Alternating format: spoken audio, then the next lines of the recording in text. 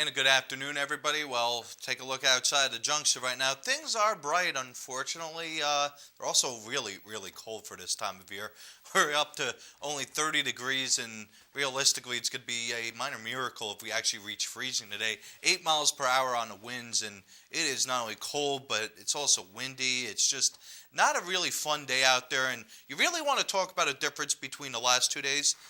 Look at this, nearly 50-degree change in the last 24 hours. So you're talking almost 2 degrees per hour of difference. So almost 50 degrees. I mean, this is just a drastically colder day than yesterday. And look at all these temperatures around the area, all below freezing. Yesterday we're almost up to 80. I mean, you can't make this stuff up. And coupled with those winds that we talked about earlier, now these temperatures were a lot lower early in the day, but still it feels as though it's 20 degrees in West Point, 23 in Starkville, and 17 in Columbus. So again, this is what it feels like outside. It is a very cold day, certainly in the Golden Triangle.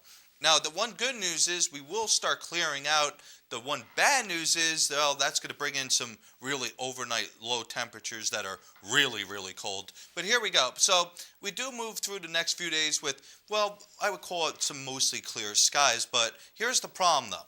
We start bringing in another low pressure. Now, with this low pressure, we are going to start building in some cloudiness, so that's not going to be a big deal. But again, Wednesday into Thursday, we will start seeing some shower activity. Now, again, we are already saturated, so this means that it's once again going to become another rainstorm, and with that, the ground's going to become even more saturated, so we're not even drying out again.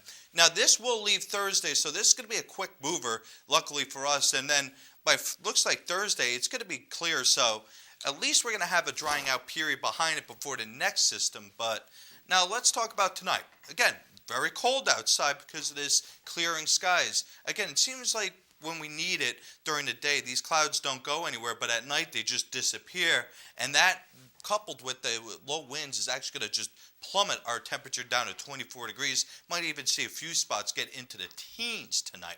Now, over the next 2 days, we will see a slightly warming trend. And again, it's still going to remain just a bit on the cooler side at 55 degrees. It's not going to be outright cold, I would say, but it's still going to be cool. And especially at night, it's going to be cold with temperatures not even reaching the freezing mark on Tuesday into Wednesday.